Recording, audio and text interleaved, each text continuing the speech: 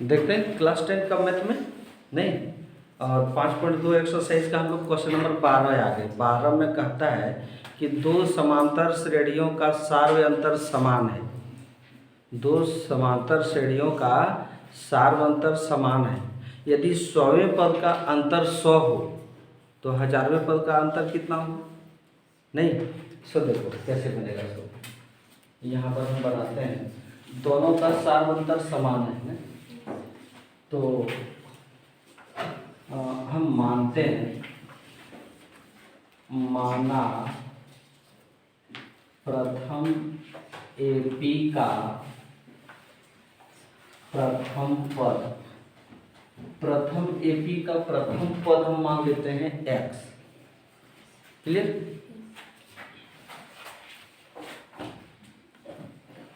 दो एपी है ना, दूसरे एपी का प्रथम पद को हम मान लेते हैं y। समझना ठीक से थोड़ा सा। अब दोनों एपी का सार्व अंतर समान होने चाहिए। दोनों का सार्व अंतर समान है। सही? आगे बढ़ते हैं। प्रथम एपी का 100वां पद नहीं लिखेंगे, प्रथम एपी का 100वां पद जो हो जाएगा वो x प्लस 99d, क्योंकि प्रथम एपी का प्रथम पद हम x माने हैं तो प्रथम एपी का 100वां पद x प्लस 99d होगा। क्लियर? दूसरे एपी का 100वां पद y प्लस 99d। दूसरे एपी का प्रथम पद y है तो एक के जगह पर हम y दिए। प्रॉब्लम है क्या? दोनों का सार्व अंतर समान है तो d 99d है। अब कहते हैं कि 100वें पद का अंतर 100 है। 100वें पद का अंतर 100 है तो यहाँ लिखेंगे प्रश्नानुसार x प्लस 99d, ये प्रथम एपी का 100वां पद है ना, माइनस y प्लस 99d, ये दूसरे एपी का 100वां पद है तो दोनों का अंतर कितना है? 100। कंप्लीट।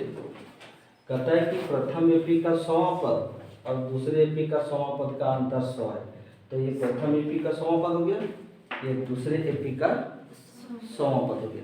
सार्व अंतर 100 है।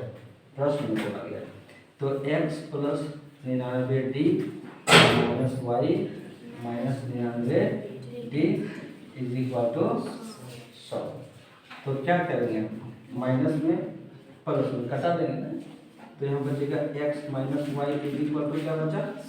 100 बचा। याद रखोगे। अब कहता है 1000वें पद का अंतर कितना होगा दोनों एपी का। सो यहाँ पर आगे बढ़ते हैं। प्रथम एपी का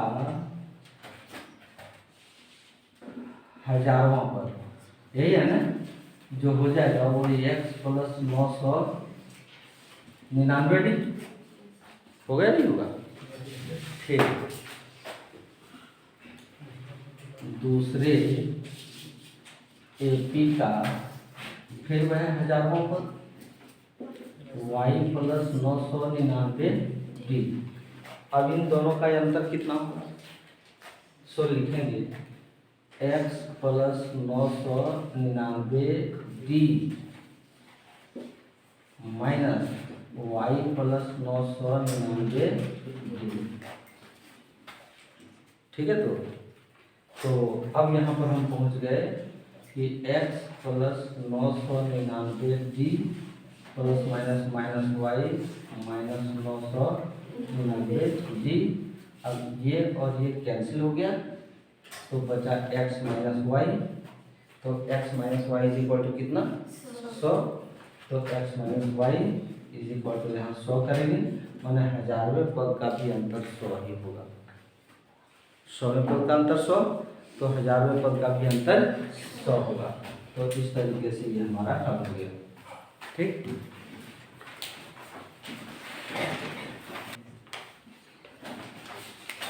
क्वेश्चन नंबर 13। ठीक है, क्वेश्चन नंबर 13 में कहता है कि 3 अंकों की कितनी संख्याएं 7 से विभाजित है। 3 अंकों की कितनी संख्याएं 7 से विभाजित है। तो सबसे पहले हम शुरू करते हैं कि 3 अंकों की संख्या शुरू कहाँ से होती है, मतलब 3 अंकों की सबसे छोटी संख्या क्या है और फिर कहाँ तक गया, मतलब 3 अंकों की सबसे बड़ी संख्या क्या है, ये पता करो। 3 अंकों की सबसे छोटी संख्या क्या हो गया हमारा, 100 हो गया। ठीक है, और 3 अंकों की सबसे बड़ी संख्या क्या हो गया, 999। अब पता करना कि ये 100 3 अंकों की संख्या है तो क्या 7 से भाग लगेगा, और नहीं तो 3 अंकों की प्रथम वह कौन सी संख्या है जो 7 से विभाजित है। इसको पता करने के लिए हम यहाँ पर 7 से डिवाइड करते हैं। ठीक है, 7 का 7 करो यहाँ पर, तो क्या बचेगा 3, 0 उतरा, 7 चौके 28, क्या बचा 2 बचा। नहीं, यहाँ पर 7 से विभाजित होना है ना, तो 7 से विभाजित होने वाला जो प्रथम संख्या है ना, प्रथम संख्या यहाँ से समझना। ठीक है, 100 में से जोड़ना है 7 माइनस 2 को। 100 3 अंकों की छोटी संख्या है, 100 तो भाग लगा नहीं। अब 100 से अधिक आएगा तो अधिक आएगा तो उसको जोड़ना पड़ेगा, तो कहाँ तक जाएगा। तो हमारा जो भाजक है वो क्या है, 7 है, और शेषफल कितना बचा, तो भाजक में शेषफल को घटा देंगे, तो यहाँ पर जो बचेगा वो 100 प्लस 5 इज इक्वल टू 105। प्रथम संख्या जो है ना वो 100, ये जो एपी आएगा हमारा उसका 105 आएगा प्रथम पद। द्वितीय पद जो होगा वो अगले 7 से हम ऐड करते जाएंगे, क्योंकि 7 से विभाजित है ना, तो अगला जो आएगा ना वो यहीं पर 7 से क्या करो, ऐड करो, तो हो जाएगा 7 5 12, तो ये तो हो गया। फिर अगर 7 ऐड करेंगे तो हो जाएगा 119, ये 3 हो गया। 7 से विभाजित है तो एक तरफ से वो 7 जो है ना सार्वंतर बन जाएगा, दिखाते हैं अभी। अब हो गया 105, कहाँ तक जाएगा, तो 3 अंकों की सबसे बड़ी संख्या जो 999 है, हम इसको भी 7 से डिवाइड करेंगे। ठीक है, अब 7 से डिवाइड करो तो यहाँ पर 1 आया, ये 2 होगा, 9 7 चौके 28, 1 फिर 9 7 दूनी 14 5, सही है ना। तो शेषफल क्या आया वो 5, तो 999 में इसमें केवल शेषफल को घटा। हम उसमें क्या किए थे कि भाजक और शेषफल को घटा करके जो आया था वो 3 अंकों की सबसे छोटी संख्या में जोड़ दिए थे। अब इसमें 3 अंकों की सबसे बड़ी संख्या में जो शेषफल आया उसको घटा दें, तो हो जाएगा 994। तो 994 को तुम 7 से जरा भाग दे करके देख लो, 7 का 7, यहाँ पर क्या बचेगा 2, 9 7 चौके 28, यहाँ बचेगा 1 4 7 दूनी 14, कट गया है। तो 994 होगा, 993 नहीं होगा, 995 नहीं होगा, 994 होगा। ठीक है, तो ये वाला जो टेक्निक है उस टेक्निक को समझ पाए कि नहीं, हमने कैसे प्राप्त किया कि अधिकतम कौन सी संख्या है जो 7 से विभाजित है। यहाँ केवल 7 से दिया हुआ है, और भी हो सकता है ना 11 से। 3 अंकों की कितनी संख्या जो 11 से विभाजित है, 3 अंकों की कितनी संख्या है जो 15 से विभाजित है, नहीं तो इस तरह से दे सकता है ना। 7 वाला केवल तुम लोग सीख लिया, तो सारा वही आधार है जिस आधार पर हम इसको बनाए हैं। ठीक है, तो 7 से विभाजित होने वाले 3 अंकों की संख्या का AP इज इक्वल टू, नहीं तो ये आ गया हमारा 105, फिर हम देखे थे 112, फिर देखे थे 119, से हम लोग कहाँ तक जाएंगे 994 तक जाएंगे। इसका मतलब है कि हमारा A इज इक्वल टू 105 आ गया, नहीं D इज इक्वल टू 7 आ गया, और ये इज इक्वल टू 994 आ गया। हमको n इज इक्वल टू पूछ रहे हैं ना, सही है। तो यहाँ पर लिखेंगे कि an is equal to 994, a plus n minus 1 d is equal to 994, ये हमारा 105 है, plus n minus 1 d is equal to 994, सही है ना। इधर मिला देते हैं पहले, हैं 1 मिनट, इसको मिला नहीं, इसको लिखना चाहोगे क्या? तो यहाँ पर हम इसको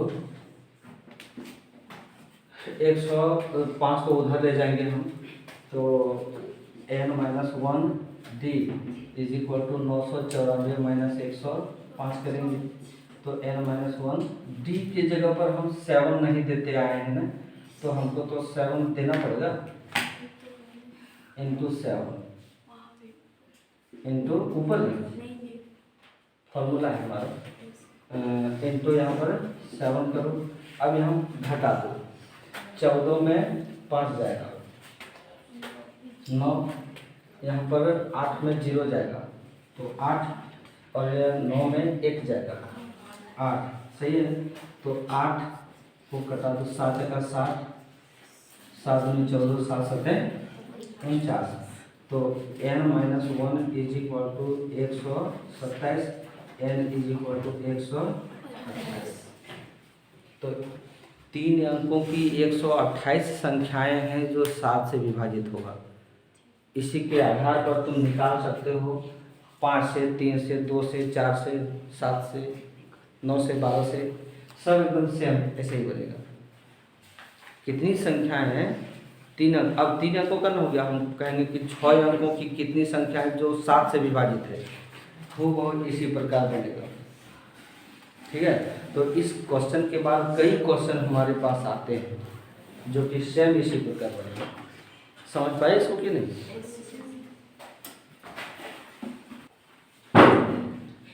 सुनो, क्वेश्चन नंबर 15 में जो है ना, 2 AP दिया हुआ है, एक AP ये है और दूसरा AP नीचे वाला।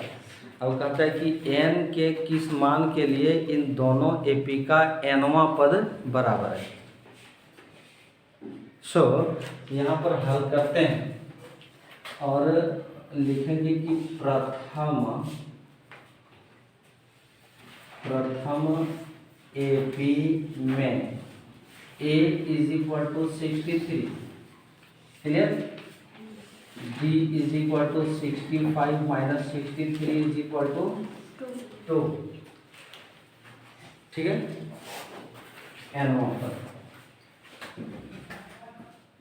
an is equal to an के किस मान के लिए, हमको an निकालना नहीं है, an इज इक्वल टू हार्ट हमको नहीं लिखना है, ठीक है। अब दूसरे AP के लिए लिखेंगे यहाँ पर, दूसरे AP के लिए, सही है ना, ये is equal to 3, D is equal to 7 minus 3 and 10 minus 3 is equal to 7। जरा एक डालते हैं, क्या दोनों का यहाँ तक समान है, मतलब कि an is equal to an, अच्छा दोनों तरफ an लिख दिए ना। हम दोनों का क्या किए, प्रथम AP का nवां पद, दूसरे AP का nवां पद, दोनों का nवां पद समान है, तो n का मान, n का किस मान के लिए, माने n किसी में नहीं दिया हुआ है, सही है, सो यहाँ पर लिखेंगे A plus N minus one D is equal to A plus N minus one D. ये प्रथम पद 63 plus N minus one D कितना है इंटू 2। क्लियर। दूसरी एपी का प्रथम पद 3 है, एन माइनस वन इंटू 7 है ना। ठीक है।